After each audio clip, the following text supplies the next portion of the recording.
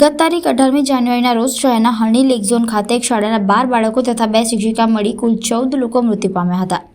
આ શિક્ષારી બનાવને લઈને સુરક્ષા સંદર્ભે અનેક સવાલો ઊભા થતા સફાળું તંત્ર જાગ્યું હતું. અને શહેરના સયાજીબાગ ખાતે બાળકો માટે ચાલતી જોય ટ્રેન, કોટના બીચ સહિત ચાણોદ અને તમામ નદીઓમાં બોટ બંધ કરવાની સૂચના તાત્કાલિક ધોરણે આપવામાં આવી હતી. આ હણીકાંડને હજી તો માંડ 3 મહિના વીત્યા છે, ત્યાં તો શહેરના કલાભવન મેદાન પર આનંદ મેળો શરૂ કરી દેવામાં આવ્યો છે. આ મેળામાં લોકોની સુરક્ષાની જવાબદારી કોની? આ આનંદ મેળામાં ચાલતી વિવિધ રાઇડ્સ, જેમાં જાયન્ટ વ્હીલ, ઓક્ટોપસ અને અન્ય સાધનો લોકોના આનંદ માટે ચલાવી રહ્યા છે. આ મેળામાં કામ કરતા કર્મચારીઓને કોઈ અનુભવ કે કોઈ અભ્યાસ હોતો નથી. તાલીમ પામેલા કર્મચારીઓ વિના કે તેઓની તપાસ વિના જ અહીં દરરોજ કેટલીક રાઇડ્સો 6 થી 7 કલાક રોજ ચાલે છે. જો અહીં કોઈ દુર્ઘટના સર્જાય તો તેના માટે જવાબદાર કોણ? કઈ ચકાસણી કે તપાસના આધારે પરવાનગી આપવામાં આવી છે? પરવાનગી કોના દ્વારા આપવામાં આવી છે?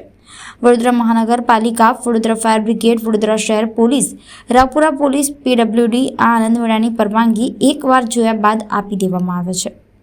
રોજ હજારો લોકો આનંદ માણવા રાઇડ્સમાં બેસે છે. રોજ 6 થી 7 કલાક સુધી સતત આ મશીન ચાલે છે. તો આ મેળાની પરવાનગી આપનાર અધિકારીઓ રોજ તપાસ કરશે? આવા અનેક સવાલો તંત્ર સામે ઊભા થયા છે.